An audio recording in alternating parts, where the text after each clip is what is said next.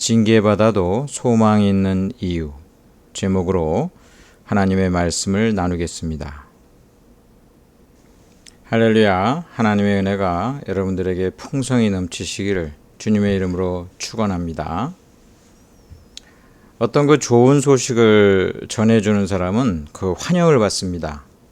그러나 나쁜 소식, 비극적인 이야기를 해주면 사람들이 싫어하거나 미워하거나 또 그 이야기 한 사람을 증오하기까지 합니다. 그 이전에 옛날에 그 나라에서 뭔가 안 좋은 일을 가지고 오는 전령, 뭔가 안 좋은 소식을 갖다 가지고 오는 전령은 거반 그 목숨을 내놓아야 했습니다. 안 좋은 것에 대해서 이제 이야기를 하면 왕이 이제 화가 나가지고 저 이야기를 한 저놈을 죽여라. 뭐 이런 경우가 많단 말이에요. 그래서 안 좋은 얘기는 그 누구도 아무리 그 용기 있는 그런 신하라도 얘기하기가 참 힘든 겁니다. 옛날에 그 로마랑 맞먹을 정도로 큰 나라 중에 하나가 아르메니아가 있었는데 그 아르메니아의 그 티그라네스라는 왕이 있어요. 근데 이 사람은 어떤 그 비판의 이야기를 너무 싫어하는 거예요. 너무 싫어해. 안 좋은 이야기 하는 걸 너무 싫어해. 그래가지고 안 좋은 이야기를 하는 사람은 가만 안 둬요. 가만 안 둬. 근데 어느 날은 이제 로마군이 이제 쳐들어온다. 그 얘기를 갖다가 어느 이제 그 전령이 보고를 했어요. 지금 로마군이 쳐들어오니까 빨리 얘기를 해야 될 거 아니에요. 그거 얘기했다고. 그거 아주 그냥 나쁜 이야기 소식을 전했다고 그 전령의 목을 쳐버립니다. 그 전령을 죽이니까 그 다음부터 어떤 신하가 감히 왕한테 안 좋은 얘기를 한마디라도 하겠어요. 맨날 아첨만 하고 뭐 이제 좋은 얘기만 하는 거죠. 이게 뭐 살아야 되니까. 그러다가 나중에 결국 나라가 망합니다. 지금 나라 망하고 있는데도 소식을 못 전해요 왕한테. 그러니까 결국은 그 나라가 망하고 로마에 굴복되고 그 왕은 로마의 그 신하로 여생을 마치게 됩니다. 몸에 좋은 약은 쓰다라는 말이 있죠. 그것이 나에게 유익하다면 안 좋은 말을 듣고 이래야 되는데 인간이 어리석어 가지고 좋은 얘기만 들으려고 하는 경향이 있습니다.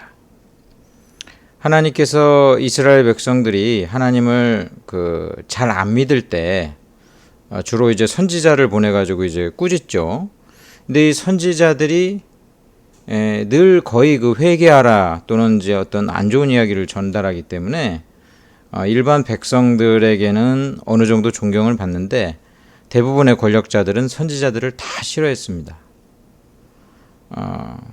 그 왕 주변에는 좋은 얘기만 하는 사람들, 간신배들 같은 그런 사람들만 두었어요.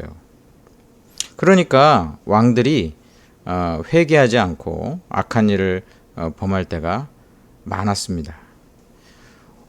오늘 성경에 나오는 예레미야 선지자를 우리는 눈물의 선지자라 이야기합니다. 에레미야 선지자는 특별히 에레미야 애가가 있죠. 애가 슬픈 노래를 하는 그 애가가 있기 때문에 눈물의 선지자다 이렇게 이야기하기도 하고 에레미야가 거의 일생 동안 이스라엘 망한다, 바벨론의 포로가 된다, 큰일 난다 계속 그런 쪽에 그 메시지를 전달해 줬어요. 눈물로 호소하고 애통해하면서 간절하게 호소했던 그의 일생의 그 메시지가 슬픈 이야기들이었습니다. 하나님께서 이 에레미야 선지자를 딱 부르시는데 에레미야 선지자의 그 첫 마디가 슬프도소이다 이런 말이었습니다. 슬프도소이다. 나는 아이라 말할 줄을 알지 못하나이다. 이거 두 가지 의미가 있다고 볼 수 있어요. 나라가 지금 굉장히 엉망진창이고 그 왕과 많은 모든 그 백성들이 신앙을 떠난 그런 모습을 통해서 야 이거 하나님의 심판이 임박했구나. 이 예레미야가 젊어도 이거 알 거 아니에요. 이럴 때 선지자로 부른다는 것은 그들에게 결코 좋은 메시지를 전달하지 못하는 거기 때문에 굉장히 부담스러운 일일 것입니다. 화평한 시대에 성직자가 되거나 또 목사님이 되거나 이래가지고 그 증거하는 것은 어찌 보면은 좀 더 낫죠. 그런 면에서 저는 훨씬 목회하기가 좋은 환경 가운데 그래도 있다라고 볼 수 있어요. 근데 박해기 때에 예수 믿으면 잡아 죽이고 손해를 보고 거기에 그 대장되는 듯한 그런 그 목회자들 핍박하는 그런 시대에 그 누구도 그 목회자 하기 힘들어하고 피하려고 하겠죠. 그래서 에레미야의 첫 마디가 슬프도소이다. 슬프도소이다. 내가 이렇게 악한 시대에 선지자로 부름받다니 참 슬픕니다. 근데 두 번째는 자신이 없는 거죠. 어떻게 그 박해와 핍박 가운데 내가 그 일을 감당할까? 나는 아입니다. 나는 말을 할 줄 모릅니다. 난 능력이 안 되는데요, 하나님 하면서 에레미야는 호소했습니다. 그러나 하나님께서는 에레미야를 통해서 하나님의 말씀을 주실 것이고 담대히 증거하라 강하게 말씀하셨어요. 자, 에레미야가 외쳤던 메시지는 간단합니다. 이스라엘이 멸망한다는 겁니다.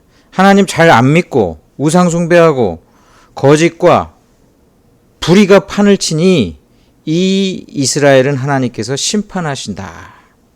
심판을 하시는데 구체적으로 바벨론이라고 하는 나라, 그때 당시에 아주 굉장히 급속도로 번성하던 그 바벨론이라는 나라, 갈대아 사람들로 하여금 이 이스라엘은 멸망할 것이다. 그러니까 이게 이제 심판을 받을 거니까 순순하게 항복해라. 항복해라. 싸우지 말아라. 이건 자명하게 멸망하게 돼 있으니까 싸우려고도 하지 말고 그냥 항복해라. 그 편이 훨씬 낫다. 이런 메시지였어요. 그 당시의 사람들은 예레미야랑 생각이 달랐습니다. 바벨론이 쳐들어와도 우리가 힘이 좀 약하지만은 우리에게는 이집트가 있다. 그러니까 이집트랑 관계가 지금 나쁘지 않으니까 이집트랑 힘을 합쳐가지고 충분히 바벨론 물리칠 수 있다. 그때 바벨론을 싫어하는 나라들이 많았거든요. 그러니까 우리가 연합하면 이길 수 있다. 이렇게 생각을 하는 거예요. 그리고 주변에 있는 다른 악한 거짓 선지자들은 계속 이스라엘이 이긴다고 이야기합니다. 근데 이 예레미야는 계속해서 바벨론에게 멸망을 당할 것인데 이것은 하나님이 정하신 것이다. 심판이다. 너희들이 죄를 짓고 불의를 행하고 하나님 안 믿고 우상 숭배하기 때문에 하나님께서 반드시 심판하신다고 했다. 싸우지도 말아라. 그냥 항복해라. 그렇게 이야기를 했던 것입니다. 자, 오늘날로 보면은 만약에 어떤 사람이 이런 얘기를 한다고 하면은요, 이 사람은 매국노죠. 매국노예요. 아니, 싸우지도 말고 항복하라. 이런 이야기를 하는 거는 완전히 매국노가 되겠죠. 옛날에 그 친일파 같은 이완용 같은 그런 사람으로 매도될 것입니다. 우리가 알아야 될 것은 그때 당시는 이스라엘은 신정국가예요. 하나님이 친히 다스리는 하나님의 백성으로 이루어진 신정국가라는 것을 기억하시고 오늘날랑 상황이 많이 다릅니다. 예레미야가 그렇게 증거했던 것은 어떤 정치적인 판세를 갖다가 읽거나 자기 생각을 이야기하거나 어떤 감각적으로 알거나 이래서 그런 게 아니에요. 그건 아주 단순한데 하나님이 그렇게 이야기하시니까 그러는 거예요. 예레미야는 자기 생각을 지금 전달하는 게 아니잖아요. 그러니까 그때 당시 선지자들은요, 하나님이 이렇게 말씀하셨습니다. 이런 때도 있지만은 어느 때는 나 여호와가 말하노니 이렇게 그냥 이야기합니다. 그러니까 하나님의 말씀을 그냥 대언하는 것인데 하나님 말씀에 바벨론에게 멸망당할 것이니까 이거는 심판이니까 그냥 순순하게 항복을 해라 이렇게 증거를 했던 것입니다. 그러니까 예레미야를 누가 좋아하겠어요? 다 싫어합니다. 다 싫어해요. 여호야김이라는 왕이 있어요. 예레미야가 이제 자꾸 이런 하나님의 말씀을 증거하니까 듣기 싫어요. 예레미야는 성전에 들어오지 마, 성전 출입 금지 명령을 내렸어요. 하나님께서 예레미야를 통해서 두루마리에 말씀을 기록하라 이렇게 이야기했어요. 하나님의 말씀을 두루마리로 기록해가지고 이것을 바룩을 통해서 이제 왕에게까지 이게 전달이 됩니다. 이 여호야김이 그 예레미야의 예언을 들으면 들을수록 막 열받는 거예요. 그래서 어떻게 했느냐면 예레미야가 받은 하나님의 말씀을 기록한 그 두루마리 한 장 읽으면 그 페이지 가져가다가 그때 당시에 이제 그 불을 피웠는데 불에다가 불쏘시개로 그냥 넣어버립니다. 또 한 편 읽으면 그것도 가져다가 그대로 불 화롯불에 넣어버립니다. 보내는 족족 하나님의 말씀을 갖다가 불에 태워버립니다. 옆에 있는 신하들이 그러지 말라고 그랬어요. 그때 당시 그래도 의로운 신하들이 옆에 좀 있었는데 그러지 말라고 그랬어요. 이거 하나님의 말씀이니까 한번 잘 들어보고 또 사람은 모르니까 그렇게까지 하지 말라고 그랬는데 여호야김은 마음에 아주 확신이 있었던 거야. 저거 다 가짜야? 이스라엘이 망한다고? 저런 매국노 같은 놈? 하고 이제 불을 태웠겠죠? 이 여호야김이 악한 왕이었습니다.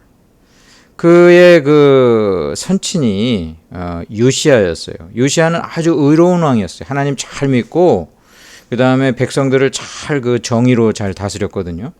그런데 이 요시야의 아들이었던 이 여호야김은 하나님 안 믿습니다. 잘 안 믿어.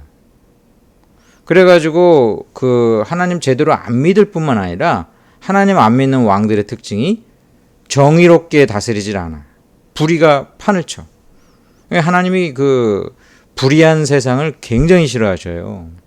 그 옛날에 그 노아 홍수 심판도 이 땅에 강포함이 가득하니까 사람이 사람을 갖다가 괴롭히고 갑질하고 그 다음에 막 죽이고 이런 죄를 보시고 하나님께서 진노하셔서 이거 완전히 다 물로 쓸어버려야 되겠다 이렇게 생각하셨을 정도예요.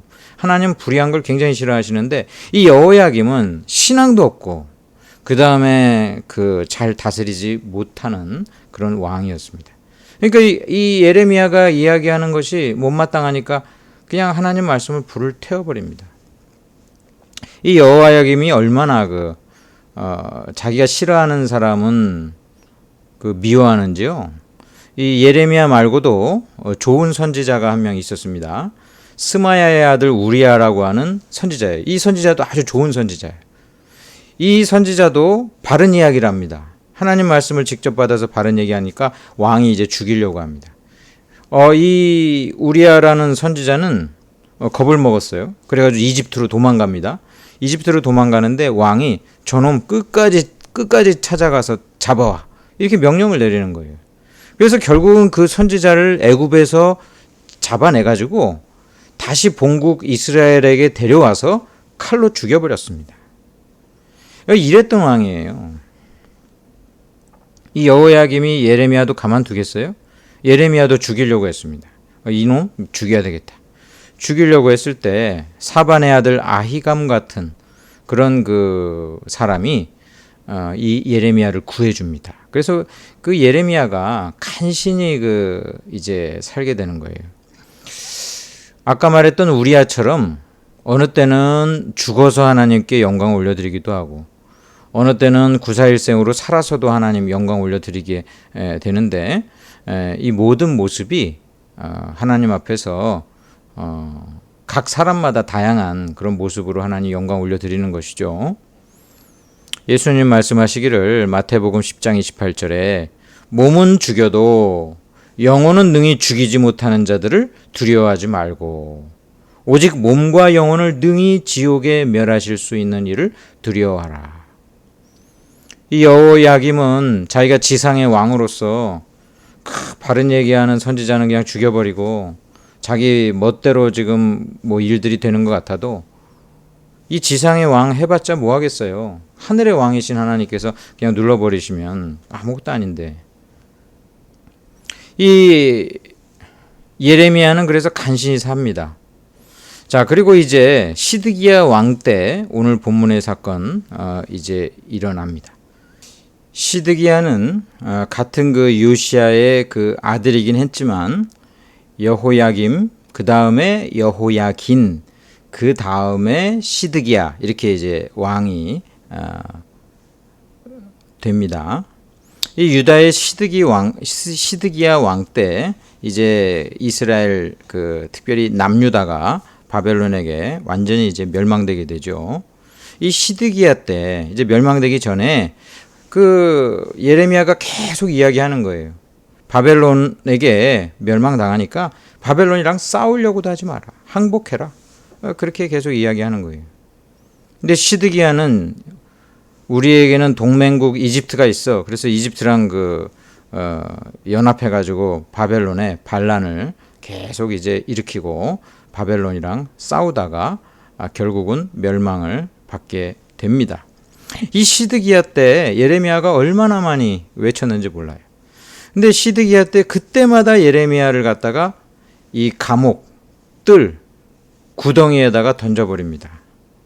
아마 성경에 그 옥에 제일 많이 갇혔을 거예요, 예레미야가.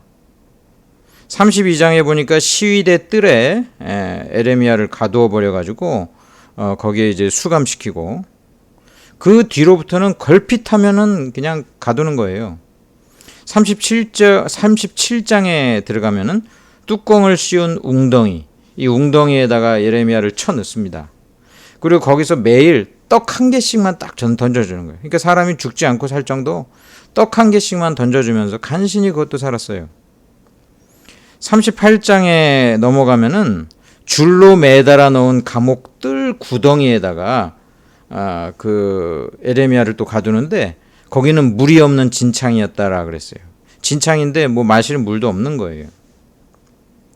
거기서 죽도록 고생을 하고 그 다음에 38장 28절에 보면은 감옥 뜰에 또 가둬가지고 결국 그 예레미야는 감옥에서 세월을 얼마나 많이 보내는지 나중에 이스라엘 멸망할 때까지 감옥에 있습니다. 멸망할 때까지. 그래서 이 예레미야를 그린 어떤 그 성화들을 보면은요, 아주 깊은 웅덩이에 그냥 그 안에 결박돼서 있는 선지자, 그 가운데 계속 눈물을 흘리는 그런 장면으로 많이 묘사를 하고 있습니다. 이 예레미야의 이름의 뜻이 하나님께서 세우시다 그런 뜻도 있는데 던져 깨트리다 그런 의미도 있어요. 그러니까 예레미야 선지자의 그런 사명 자체가 하나님께서 그를 하나님의 백성으로 세우실 뿐만 아니라 그가 감옥에서 깨지고 또 이스라엘이 마침내 하나님에 의해서 부서지는 그런 모습을 상징적으로 보여주는 인물이었다라고 볼 수 있어요. 그러니까 얼마나 슬퍼요. 그러니까 예레미야는 굉장히 많이 울고 예레미야 애가라는 특별히 애가라는 그런 성경 기록이 남아 있게 된 것입니다. 이 예레미야가 자신의 그 인생의 많은 부분을 이처럼 뜰에 갇히고 감옥에 갇히고 구덩이에 갇히고 웅덩이에 그렇게 이제 갇혀서 살았는데 그가 하나님 앞에서 이스라엘을 대신해서 오히려 이 감옥에서 고난받은 것, 그것이 오히려 하나님 앞에 의로운 삶이었고 그의 이런 고생하는 것이 오히려 머나먼 천국에서 자유하게 되는 그러한 신앙인들의 모습이라 볼 수 있어요. 이 땅에서 하나님께 징계를 차라리 받고 회개하고 거듭나서 영원한 천국에 가서 사는 것이 훨씬 낫습니다. 이 땅에서 자기 뜻대로 막 살고 하나님께 전혀 징계 안 받는 사람은 저 지옥 가가지고 영원히 징계받는 거예요. 영원히 그건 징계가 아니죠. 영원히 형벌을 받는 거예요. 이 땅에서 오히려 갇히고 오히려 이처럼 그 고통을 당하는 그러한 일들이 있어도 그의 영혼이 하나님 나라 백성으로서 사는 것이 훨씬 유익합니다. 왕은 지금 왕궁에서 호화롭게 잘 살고 있는 것 같아도 감옥에 있는 예레미야가 훨씬 더 소망이 있어요. 여러분, 하나님과 함께 이 땅에서 고생을 하더라도 믿음 가운데 고생하는 사람이 소망 있는 사람이에요. 이 땅에서 매를 맞아도 하나님께 매를 맞는 사람이 소망 있는 사람이에요. 그런 사람의 영혼이 잘 되고 오히려 영원한 천국을 소망하게 되는 것입니다. 예레미야가 이스라엘의 그 멸망을 외치는 이유는 딴 게 아니에요. 회개하라는 거예요. 회개하라.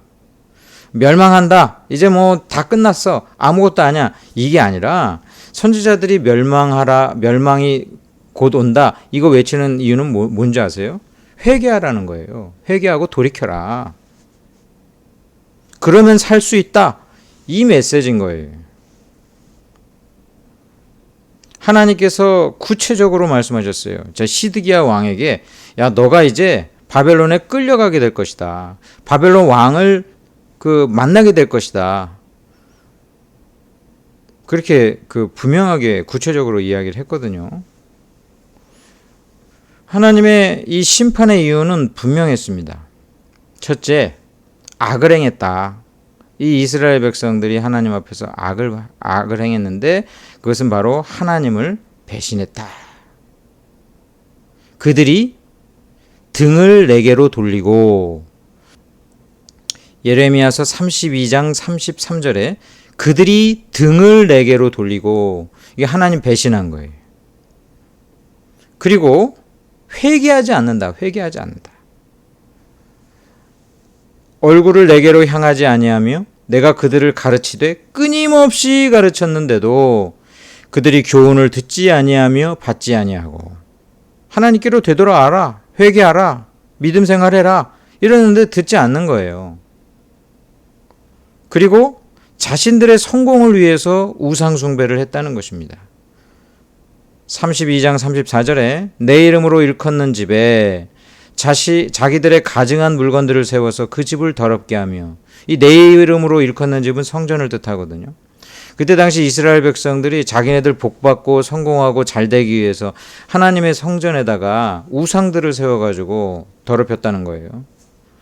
어떤 궁극적으로 그들이 하나님을 완전히 버린 적은 없어요. 왜냐하면 하나님으로부터도 복받기를 바랬거든요. 근데 하나님이든 누구든 어떤 신이든 나는 이 땅에서 잘 되기만 하면 돼.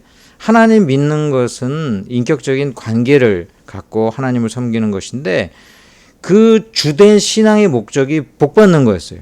잘 되기 하기 위해서. 그러니까 잘 되려니까 수단 방법을 가리지 않고 그들이 우상도 하나님이랑 같이 섬겼던 것입니다. 그러니까 하나님 보실 때 이건 하나님 믿는 게 아니에요. 하나님 믿는 게 아니에요. 하나님도 우상으로 여겨버리는 거예요. 그러니까 이런 죄 때문에 이제 심판을 받는다. 바벨론에게 이제 멸망을 받게 되고 포로가 될 것이다. 그러니까 전쟁도 하지 말고 싸우지도 말고 항복해라.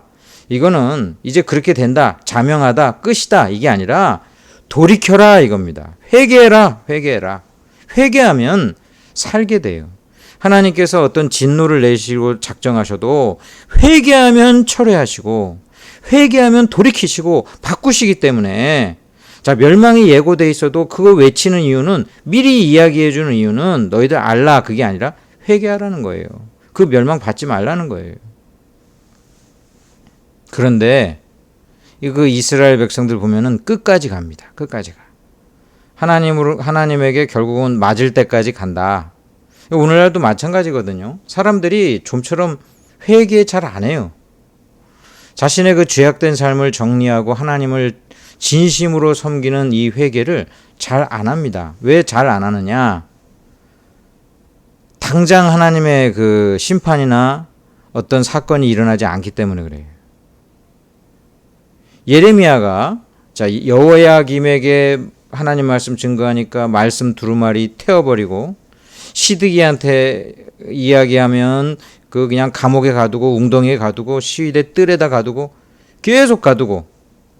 왜 그렇습니까? 이들이 예레미야가 말한 대로 그 일이 당장 보이질 않는 거예요. 바벨론이 탁 들어와서 우리가 망한다고? 이렇게 평화로운데?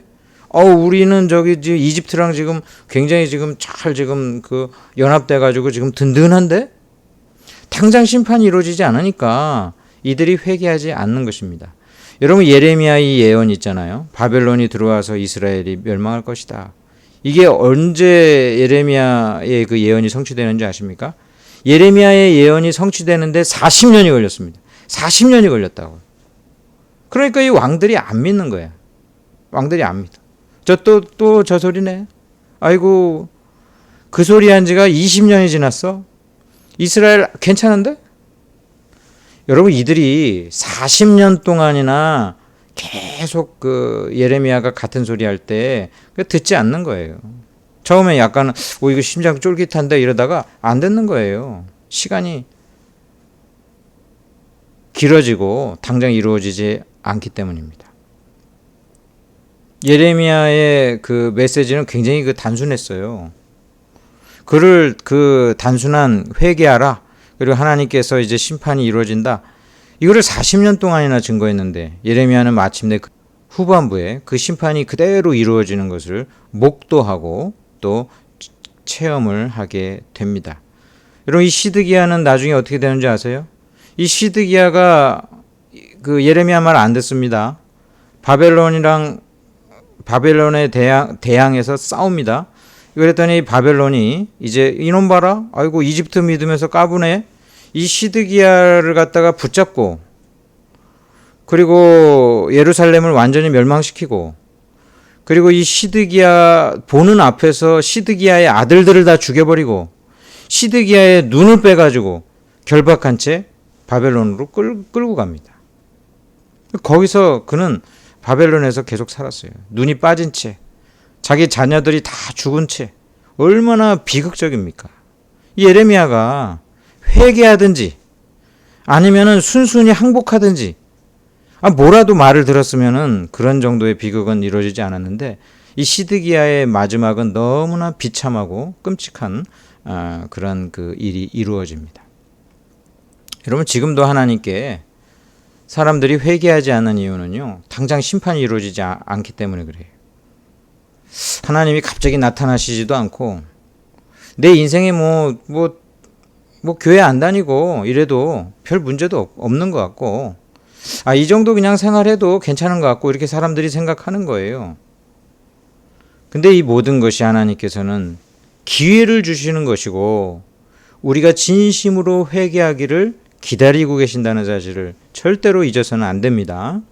베드로후서 3장 9절에 주의 약속은 어떤 이들이 더디다고 생각하는 것 같이 더딘 것이 아니라 오직 주께서는 너희를 대하여 오래 참으사 아무도 멸망하지 아니하고 다 회개하기에 이르기를 원하시느니라. 하나님께서 왜 오래 참으신다고요? 회개하기를 위해서 시간을 지금 벌어주고 계시는 거예요. 기회를 주시고 계시는 거예요. 이것을 오해하고 당장 심판이 이루어지지 않는다고 한다면 예레미야 말이 결국은 40년 만에 성취된 것처럼 그 마지막은 너무나 비참합니다. 여러분, 회개하시면 삽니다.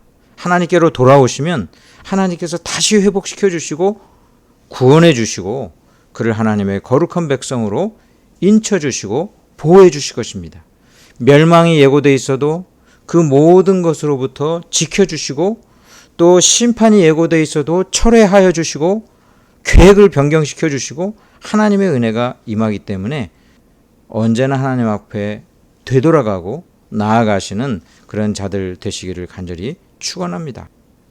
지금 또 이제 예레미야에게 하나님께서 참 희한한 역사를 하나 이루십니다. 지금 예레미야가 지금 감옥에 있어요. 감옥에 있는데 하나님께서 뭐라고 얘기하시냐면, 야, 네 친척 그 하나멜이라는 사람이 올 거야. 그 사람이 그 네 고향이 그 예레미야의 고향이 아나돗이에요. 아나돗에 있는 땅을 사라고 너한테 올 거야. 그게 하나님께서 이야기해 주십니다. 지금 감옥에 갇혀 있는데 친척이 고향의 땅을 사라고 올 것이니까 너가 그를 잘 맞이해라. 하나님이 지금 땅 사라고 그러셔요. 지금 예레미야가 지금 감옥에 갇혀 있잖아. 지금 감옥에 갇혀 있어가지고 지금 생사가 왔다 갔다 하는 그 상황인데 이제 땅을 사라고 하시는 거예요. 땅을 사라고.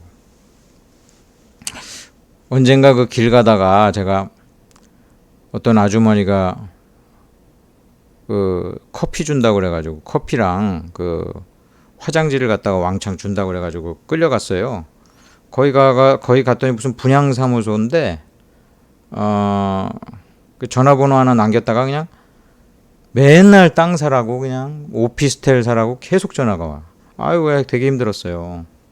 제가 또 공짜를 좋아하거든. 그래가지고 쓸데없이 거기 가가지고 내가 다시 그 돌이켰습니다. 이제는 이제 길거리에서 잡아 끌어도 내가 안 가요. 전화를 자꾸 오니까 전화 차단했더니 또 다른 전화로도 오고 막 계속 그래요. 자, 예레미야가 지금 감옥에 갇혀 있는 상황에서 친척이 와서 땅을 사라고 하는데, 이 땅 파는 친척은 이 하나멜이란 사람은 좀 요즘 말로 생각하면 양심도 없는 사람이야. 지금 예레미야가 감옥에 있잖아, 감옥에. 자, 그 다음에 지금 나라가 지금 전쟁이 날까 말까 이런 상황이거든. 전쟁이 날까 말까 하는 상황에서 땅을 사라고, 고향에 있는 땅을 사라고. 그 땅이 어떻게 될 건지 지금 모르니까 감옥에 있는 예레미야를 마치 호구로 알고 이거 사라 그러는 거 아니에요. 그런데 이게 하나님의 굉장한 섭리 가운데 이루어졌어요. 희한한 일이에요. 지금 나라가 망할 판이고 그 땅 사봤자 뭐 돈도 안 될 것 같고, 예레미야는 지금 그 감옥에 있는데, 그런데 예레미야는 이 하나님의 메시지를 듣고 그 땅을 사게 됩니다. 땅을 사는데 이 아나돗이라고 하는 이 밭이거든요. 이 밭을 사는데 후한값에, 그리고 구두로 계약한 게 아니라 매매 증서로 확실하게 계약을 하며 샀다. 그렇게 성경은 기록하고 있어요.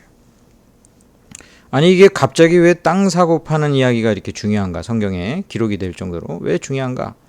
하나님께서 이제 나라가 망하려니까 부동산을 통해서 예레미야에게 복 주시려고 하는가? 아니에요. 예. 이 아나돗이 예루살렘 근처거든요. 예루살렘 근처니까 이거 상당히 수도권이야, 수도권. 그러니까 여기가 이제 앞으로 굉장히 오르니까 지금은 밭이지만 나중에 빌딩이 쓰고 그러니까 이거 사라 그러시나? 아니에요. 이 아나돗은 예레미야의 고향인데, 이게 지금 예루살렘을 향해서 딱 바라보는 그런 곳이에요. 그래서 예레미야가 이 아나돗에서 이제 멸망하는 예루살렘을 바라보면서 하나님 앞에 슬피 울고 또 기도하는 그런 어떤 장소가 되기도 하는 것 같아요. 이게 왜냐하면 나중에 예수님께서도 이제 메시아 예수님을 받아들이지 않는 이 이스라엘에게 하나님께서 심판을 하실 텐데, 그때 특별히 예루살렘이 이제 멸망할 것을 예수님이 보셨죠. 예수님이 이 아나돗을 지나다니시면서 예루살렘 성을 바라보시면서 우셨어요.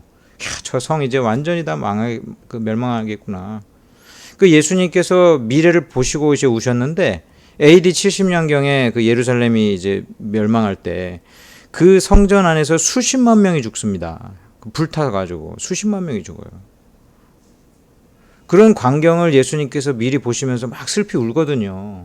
왜 하나님께 회개하지 않고 수많은 사람들이 그렇게 비참하게 죽는가 이러면서 애통하면서 우셨는데, 바로 이 아나돗 이 장소가 예레미야가 다 예루살렘 바라보면서 슬퍼할 수 있는 그런 장소긴 했어요. 그런데 이런 의미도 있지만 더 중요한 것은 이 아나돗이라고 하는 땅을 갖다가 딱 이제 예레미야가 사는 것은 이게 소유권을 갖는 거잖아요. 그 땅이 이제 바벨론에게 멸망한다고 분명히 하나님 말씀하셨죠.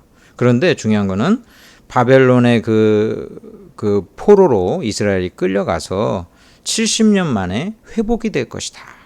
이것에 대한 증표로 이 밭을 사라고 하신 것입니다. 이 땅이 바벨론에게 짓밟히게 되겠지만, 그러나 영구히 너의 땅, 이스라엘의 땅이 될 것이다. 이것이 회복에 대한 약속의 증표예요. 하나님께서 이 땅을 굉장히 중요시 여깁니다. 아브라함 때 하나님께서 가나안이 이제 그 이스라엘에게 준 약속의 땅이다. 아브라함이 그래서 사실은 가나안 땅이랑 아무 관계가 없죠. 그래서 아내가 죽을 때 그 매장지를 갖다가 이 아브라함이 돈을 주고 삽니다. 거기 있던 그 사람들이 이 땅 그냥 무상으로 쓰세요. 그랬더니 아브라함이 절대 그렇게 하지 않고 돈으로 값주고 막벨라굴을 삽니다. 이게 오늘날 가나안 땅을 산 거예요. 그 가나안 땅을 내 돈 들여가지고 사는 것은 이건 상징적으로 이 땅은 하나님이 주신 내 땅이다라는 것을 확실하게 매매를 통해서 증거해 보여줬던 거거든요. 똑같습니다. 이 예레미야에게 이 아나돗 밭을 사라는 것은 자 이제 회복된다. 이스라엘 다시 회복된다. 다시 이스라엘의 소유가 될 것이다. 이것을 보여주려고 하나님께서는 이 땅을 사도록 하신 것입니다. 그러니까 예레미야는 한참 그 눈물의 선지자잖아요. 나라가 망하는 것을 이제 직접 봐야 되니까 눈물의 선지자지만 눈물을 흘리는 가운데 눈물로 끝나는 게 아니라 그 소망 가운데 이제 눈물이 말라지게 되는 그런 그 하나님의 그 음성을 듣게 되는 거예요. 야, 이제 이스라엘 하나님으로부터 죄 때문에 하나님 잘 안 믿는 불신앙 때문에 심판받는데 이 심판이 영원하진 않는다. 70년 이후에 하나님께서 용서해 주시고 회복시켜 주실 것이다. 그때에는 다시 이스라엘이 회복이 될 것이고 그때에는 이제 또한 하나님의 백성으로서 모든 징계가 끝나게 될 것이다. 그렇게 이야기해 주신 것입니다. 여러분 하나님 믿는 하나님의 백성들에겐 징계가 있어요. 이 땅에서. 근데 이 징계가 하나님이 주시는 복된 은총에 비하면 짧습니다. 여러분 그거를 꼭 아셔야 돼요. 그래서 징계는 안 받는 게 좋지만 받는다 할지라도 회개하고 돌이키고 하나님 앞에 나오는 자에게는 그 징계의 시간이 정해져 있고 짧다는 거예요. 지나간다는 거예요. 시편 30편 5절에 그의 노염은 잠깐이요 그의 은총은 평생이로다. 저녁에는 울음이 깃들일지라도 아침에는 기쁨이 오리로다. 저녁에는 눈물이 그렇게 나도 기쁨의 새벽이 반드시 온다는 거예요. 하나님의 그 진노와 징계는 잠깐이고 하나님이 복 주시는 기쁨의 은총의 시간은 평생이다. 영원하다.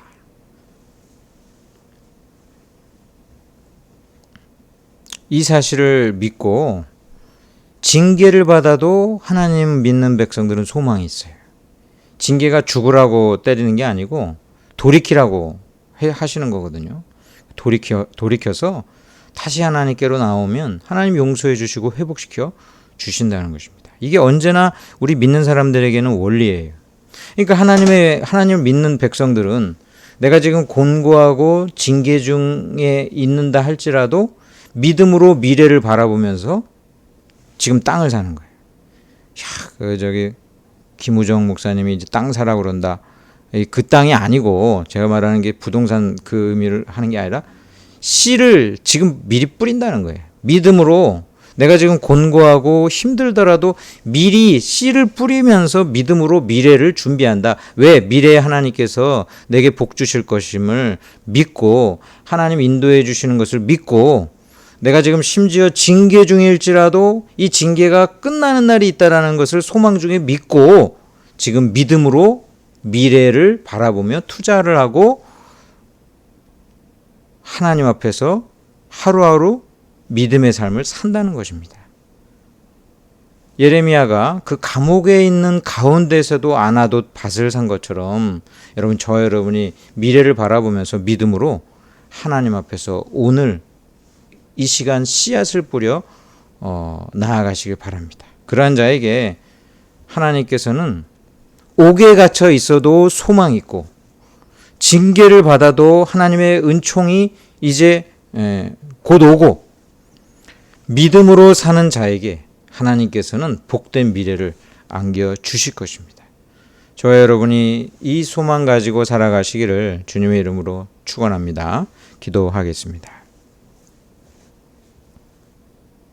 지금은 우리 주 예수 그리스도의 은혜와 아버지 하나님의 크신 사랑과 성령님의 위로교통 충만하신 은혜가 예레미야처럼 비록 갇혀 있을지라도 소망 중에 믿음으로 삶을 사는 귀한 인생 되기 원하는 주의 거룩한 백성들 한 명 한 명 위에, 이들의 산업과 일터와 하나님께 드리는 모든 간구 위에, 각처에서 예배드리는 모든 자들 위에, 구원받아야 될 자들 위에 이제로부터 영원토록 함께 있을지어다.